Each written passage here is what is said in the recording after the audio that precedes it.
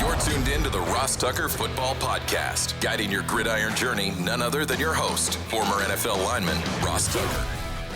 Oh, yeah, it is. But it's not just any Ross Tucker Football Podcast. It is a Wisdom Wednesday presented, of course, by DraftKings. Today, the wisdom is coming from a man from the Windy City, Chicago Bears star linebacker TJ Edwards. That team is on a heck of a run, 5-2 in their last 7 games. And those 2 losses, they were actually up by double digits in the fourth quarter against the playoff-bound Browns and Lions. Looking forward to talking to TJ momentarily. We're only 2 days away from me just giving out more winners. It's also a Winners Wednesday, I guess. Spread the word via social media. Guys, I can't imagine there's something easier than just quote posting anything that at Ross Tucker Pod posts, or putting a comment on anything on Facebook or TikTok or Instagram, or just rating and reviewing the show anywhere. It's pretty easy. Sponsor confirmation emails, there's so many good ones, right? West Shore Home. We got a new sponsor today, DiGiorno. It's not delivery, it's DiGiorno. And then, of course, the YouTube shout out, which people really enjoy. I like doing those videos for you guys. Just subscribe over at youtube.com/Ross Tucker NFL, and then just comment on any video. Literally, the comment should be, I just want to get your shout out video, Ross. Speaking of shout outs, let's get right into it. Big show time. The Big Show. All right, so TJ, I got to start with this because I was in the booth Sunday for your win over the Falcons. That was awesome. I know you're a Chicago kid, so like, is that the dream? Like, you're playing in the snow at Soldier Field, you get a big interception. Like, that's pretty much how you drew it up, right? Yeah, that's honestly, that was like a lot of my childhood right there, watching games like that and things like that. But it was rocking in there, as you know. I felt like we had like all the elements going. It was like snow early, then it was like it kind of warmed up. It felt like a bit, and then snow again. But man, to get a big time win, it was a good time. So let's just talk about that, man, because not many guys get a chance to play for their hometown team. When you were a free agent, how much of a priority was that for you? I mean, I'm sure you had several teams interested. I don't know, what the money was or how different it was, but how much of a factor was it for you to play in Chicago and go back home? Yeah, I mean, shoot, like, you know how it goes. One, like, free agency is just wild in general. So that was my first time, so I didn't really know what I was, getting into in a sense. But yeah, I mean, I think I'd be lying if I said I wasn't, really kind of see if this was a possibility to come back home. And it's been my dream for a long time and everything like that. And they really wanted me here, which was something that I also wanted as well. And the respect thing was big for me in free agency. I kind of just wanted some respect. I felt like going undrafted and all that. Have that chip on my shoulder, still do. But yeah, it was a perfect fit, man. The parents were crying. It was some wild times for sure. But yeah, it's been a dream so far for sure. How far is like where you live from where you grew up?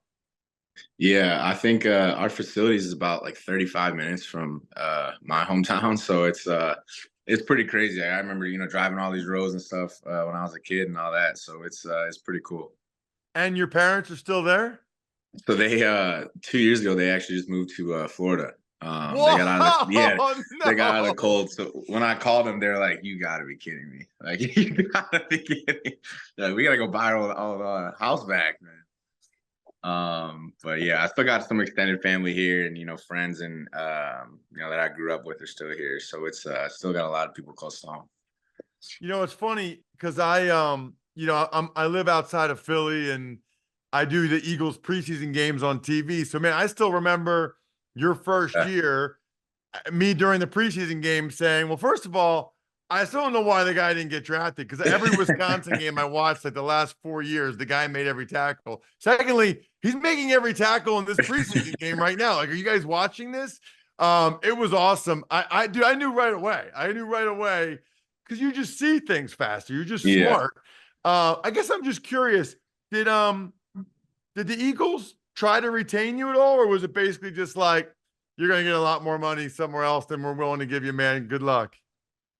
Yeah, I kind of think that's what it was. And I loved my time in Philly. I've never been out to the East Coast at all.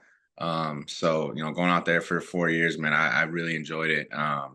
Family enjoyed it and everything like that. But yeah, we kind of just didn't really see eye to eye there at the end, which it's all good. That's the business. But definitely happy where I ended up for sure. I appreciate the kind words as well. Appreciate that. Yeah, I don't know. I mean, they told me you guys on the Intercut, like you get the TV copy, right? Yeah, yeah. Because like I'd come to like your walkthrough the day before a preseason game, and so some of the coaches would come up to me and be like, "Dude, you're hilarious. I heard." I'm like, "You guys watched the TV copy?" Oh yeah. Like I was totally surprised that they like even listen, but I guess they like listen for certain stuff. Yeah, you know how it goes. You're listening for calls and stuff that you can like kind of hear on the field, but we also like we hear some like funny commentary. We'll play that in the meeting room, just like rile some guys up and stuff like that. So it's a good time. So when you guys are prepping, like you guys are listening and hear that stuff too? Yeah, just because, especially at linebacker and things like that, you're trying to hear maybe like the center's calls or quarterback cadence and things like that, just to try to get any help you can in prep for that week. Let's talk about your team and what you're doing right now, because I talked about this on Sunday calling the game. You guys are 5-2 in your last 7, and the 2 you lost, you were up by double digits in the fourth quarter against 2 teams already clinched playoff spots. So basically, you guys, for like the last 2 months, have basically been a playoff team, and you know what that's like because you've been on several of them, but you guys are playing at a playoff caliber level. It just, unfortunately, it looks like it's too little too late.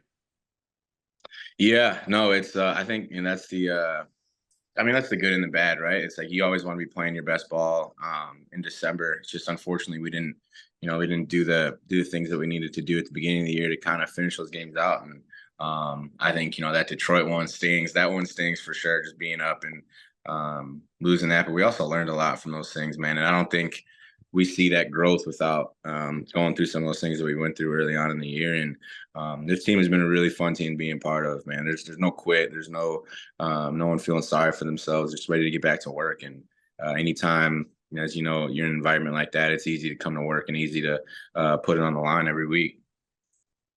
That's cool to hear you say that, because you did a lot of winning, obviously, in Philadelphia. And you guys, are not going to have a winning record there this year in Chicago yet. I guess that speaks to Eberflus. If you guys still have that kind of environment and you're still having a lot of fun, even though the season hasn't gone quite as well as I guess you guys were hoping. Yeah, I mean, let's not get it twisted. Losing sucks. It absolutely sucks. But yeah, I mean, I think there's always one or two ways you can go, right? You can either the room starts to divide, when things like that happen, or people start to come closer together. And he's done a good job of keeping us, closer together and keeping us focused on what's ahead. And every week he's the same guy, same passion, and that's something you respect as a player coming in, and a guy who has similar messaging to what he had in the beginning. That's something you can get behind for sure. So. Fair to say that you guys in the locker room, because I know there's been some speculation around Coach Eberflus and his status. Fair to say you guys really like him and think he's a good coach and would be happy to have him back? Yeah, I mean, absolutely. I think the way that he allows us to, again, kind of speak our mind on things that we're seeing on the field, or even how things are going week to week in terms of the process that we have as a team, I think that speaks volumes. I think there's a lot of guys who, again, are, kind of stuck in their ways in terms of what they want to do and how they want it to look. And he's one of those guys who adapts to his people that he has in the building. And that's big time as guys in the locker room. You just respect that. You want to play for a guy who does those things. And also he's aggressive as hell, man. And I love that. I love his energy, his passion. And he wants to go dictate his terms every Sunday. And that's something we love. You know what I like about him is he loves linebackers. Yeah, he does. It's important. And he was a linebacker. Like, he wants good linebackers. Yeah. I was a little surprised. I thought you might play Mike and Tremaine might play Will. I thought it was interesting that he flipped it. I asked him that question, And he started talking about like the steel curtain in the 70s and like Jack Lambert and Jack Yeah. Ham. And then we said to him, what's your why? Because he said he asked you guys talking in the spring about what your why. He's like, he got choked up and he's like, watching these guys having fun playing football. Like that's my Yeah. why. And I was like, wow, he loves it, dude. Like Yeah. loves it. No, I mean, he absolutely loves it. Like it's definitely eminent to us. I mean, we came in shoot for OTAs, and he's the head coach, and then we go to the linebacker meeting room, and their Flus is sitting in on the meeting and just joining right in, and honestly, he's been in most of our meetings, so we've gotten a lot of good conversations with Coach Flus and heard a lot of history. So the guy's definitely into it, man, and again, having your head coach the guy who loves linebackers, that's definitely something you like as well, as a linebacker. Well, something I like, TJ, is Labatt Blue Light. That's my beer, dude. When I'm watching you guys play, I might be watching your game against the Packers Sunday. I'll be having some Labatt Blue Lights with my There we family. go. Always enjoy responsibly beer. Labatt USA, Buffalo, New York. All right, I got two more for you. One is Justin Fields. So, I had a chance to talk to Justin Saturday. I never talked to him before. Seemed like a great young man. And then that game was awesome. I'm like, he had some ridiculous throws, running all over the place. The crowd starts chanting, "We want Fields. We want That Fields," was which wild. is Yeah. interesting because I have been told by people before the game, they told me it was like 50-50. Like they said, some people want him back. Some people want the Bears to use the number 1 overall pick on a quarterback. And somebody said actually more people want him gone, but the people that want him back are louder. I'm just curious where you guys are at in the locker room on Justin Fields and the starting quarterback for next year. Yeah, I mean, we love that dude, man. He is, he's our leader. He's a guy who every week is making some type of crazy play, and it's something that honestly I think we expect. He's a guy who wants to do anything he can to help us win. I think those third down plays and his capability and his ability to throw the ball downfield just make him so difficult. I mean, shoot, I remember playing in Chicago last year, and he broke out of a couple tackles in the backfield, and then I think he scrambled for 40, 50 yards, made me miss, and then kept going. So I think ever since then, I'm like, yeah, this dude's legit, man. this guy's an absolute problem. But and I just love the way he works. He's kept his head down throughout, all these things. And again, it's Chicago, so that's never gonna really stop. But I really appreciate how he's handled his business and just kept it about ball, man. Dude, he is strong. Yeah, he's strong as hell. I mean, I know people talk all the time about how strong Hurts is.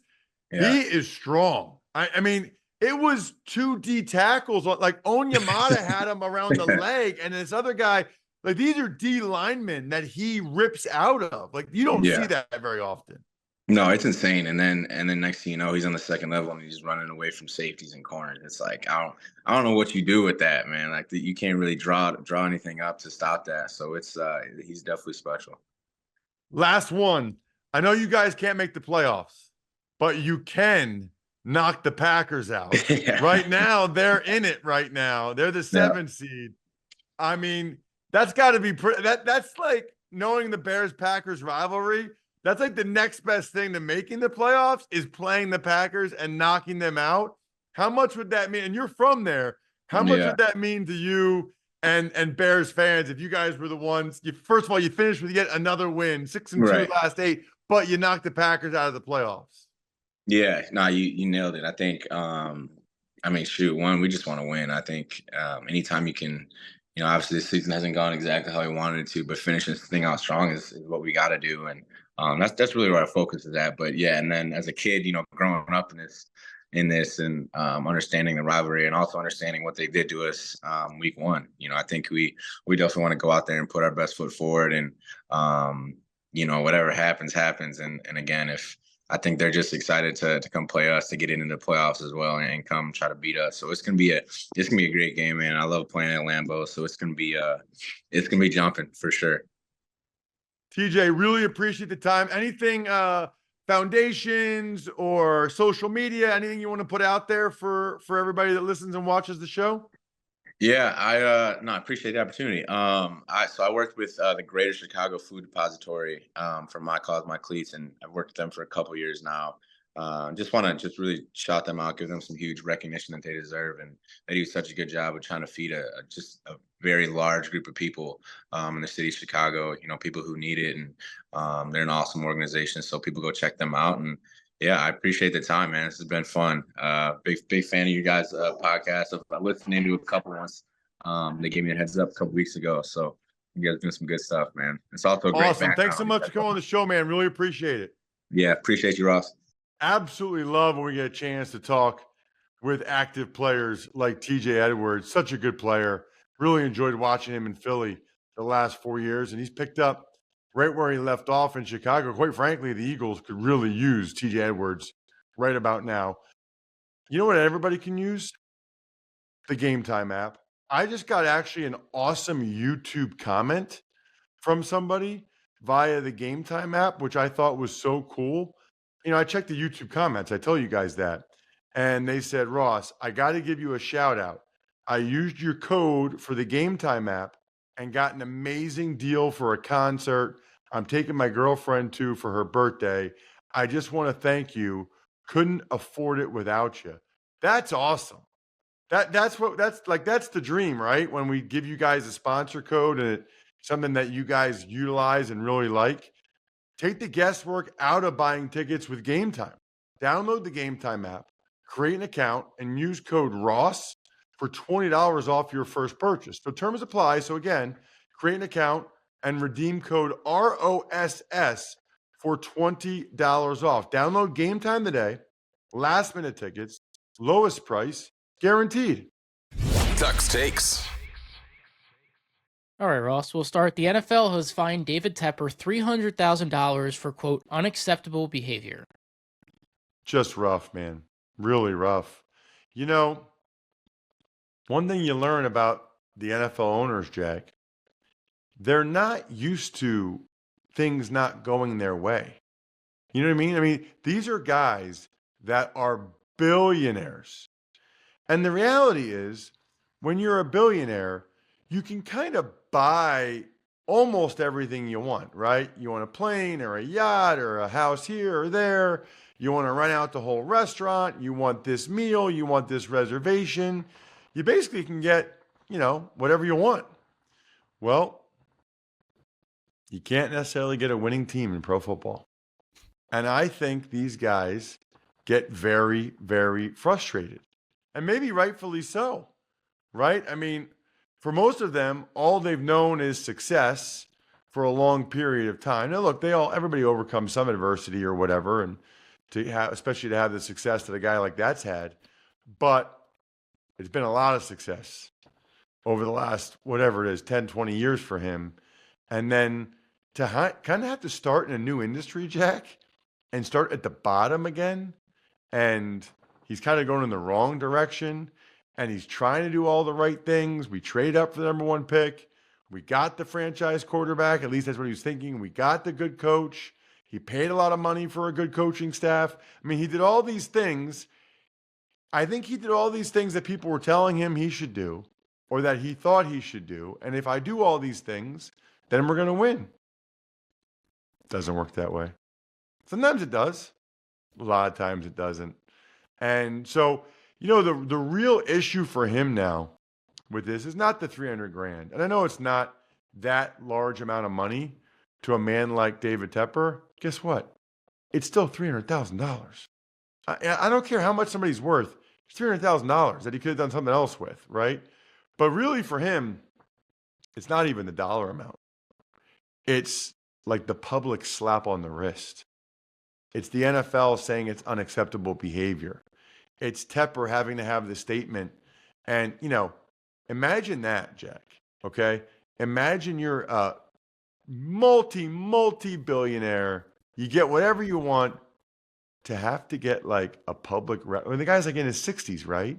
To have to get a public reprimand. Like, when's the last time you think David Tepper had anyone kind of take him to task for something? Like his mom when he was in 5th grade? Like, to have someone say something like this to you publicly and to be embarrassed like this. But I'll say this, the real issue for Carolina moving forward is this reinforces the concerns that were out there about Tepper as a person and Tepper's behavior. But a lot of that was behind the scenes. And so, you didn't really know. Nobody knows for sure. Dude, he just totally reinforced it. Like any perception, public perception of what David Tepper's like, he just totally reinforced what everybody was thinking about him. That's the problem, especially when he's trying to hire a new head coach. Giants right tackle Tyree Phillips has suffered a torn quad tendon. So I only mention this. He's not like some big player, star player, but this is like your worst nightmare as a player. Absolute worst nightmare. They're not going to the playoffs. And in the last game or second to last game, you suffer an injury that's going to affect the next season and going to be something you have to rehab the entire offseason. So like all the time he would have off, January, February, March, July, nope. He's got to stay at the facility and rehab. It's terrible. It really stinks. Steelers head coach Mike Tomlin said he is sticking with Mason Rudolph as the starting quarterback. Didn't really have a choice, right? I mean, they score 30-some points back-to-back games. They win. They've got momentum. They got a good chance to make the playoffs. You can't go back from there. You can't do that if you're Mike Tomlin. He wants to win this game Saturday desperately, wants to get the 10th win. He knows the situation. So he's doing the right thing, sticking with Mason Rudolph. But now that makes for a very interesting offseason in the Steel City as to exactly what they're going to end up doing this weekend, this offseason at the quarterback position. By the way, if you're hosting a party this weekend, I don't have a game, unfortunately, so I'm actually going to be going to a family-like party.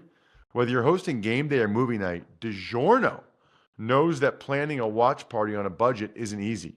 You need the perfect setting, the perfect squad, and the perfect eats. Luckily, you're a game time mastermind, and you know that grabbing a DiGiorno classic crust pizza can bring home a dub because it's packed with half a pound of cheese, sauce, and other toppings and comes at an incredible price. Make the game-winning call and grab a DiGiorno classic crust pizza from the grocery store today. It's not delivery. It's DiGiorno. End of an era. The Jets released running back Dalvin Cook. Boy, that didn't work out the way they thought it would, did it? I mean, he got pretty good money to go there, too. Minnesota moves on from him. And I remember thinking, we're about to find out just how much value running backs can have. Well, Dalvin Cook did very little for the Jets. And, well, I'm sure the Vikings could have used him. I don't know. I mean, Ty Chandler had some good games. Madison had some good games. Vikings probably did the right thing there. Cowboys sign offensive tackle Leo Collins to the practice squad. Who says you can't go home again, right? Now, he'd gotten hurt earlier, so I don't really know. I'm assuming he's healthy now, but this is the Cowboys wanting to make sure a couple things, one of which is that they have depth for the postseason, and Tyler Smith just tore the rest of that plantar fascia on his foot, so I think that they think he might be able to play against the Commanders, but seems like it would make more sense to me to let Tyler Smith heal for a week against the Commanders and go with that rookie. But now Collins can play guard. He can play both tackles. He gives the Cowboys, some much-needed depth. And Cardinals head coach Jonathan Gannon makes it clear that Kyler Murray is his quarterback next year in Arizona. So I haven't checked, but I do think that there are financial ramifications for that, right? There's reasons financially why that makes sense. The other thing is, they're not going to have, it doesn't look like now, the first or second pick, so they'd have to kind of move up to get one of the top two quarterbacks. They don't want to do that. You have Kyler under contract for a couple more years. This might be the last year of really his guaranteed money, but it does make sense to try to make it work with him. Plus, Jack, even if they have a bad second year, then it's almost like Kyler becomes the excuse for Gannon, and he gets a third year because he and Ossenfort can say, listen, Kyler's not our quarterback. Like, he's not the right guy. We got to bring in our own guy. Other than that, I think we're done here. Thanks for tuning in to the Ross Tucker Football Podcast. Make sure to also check out Even Money, Fantasy Feast, and College Draft, all on the DraftKings Network on Samsung TV Plus, YouTube, or subscribe to the podcast on your favorite platform. Shout out myfrontpagestory.com. We're about a month away from Valentine's Day, if you can believe that. Knock that bad boy out right now by getting a loved one a story from myfrontpagestory.com. Then you got backofficescheduler.com, steakhousesports.com, humanheadnyc.com, Sporticulture, and Pizza Boy Brewing. Yummy.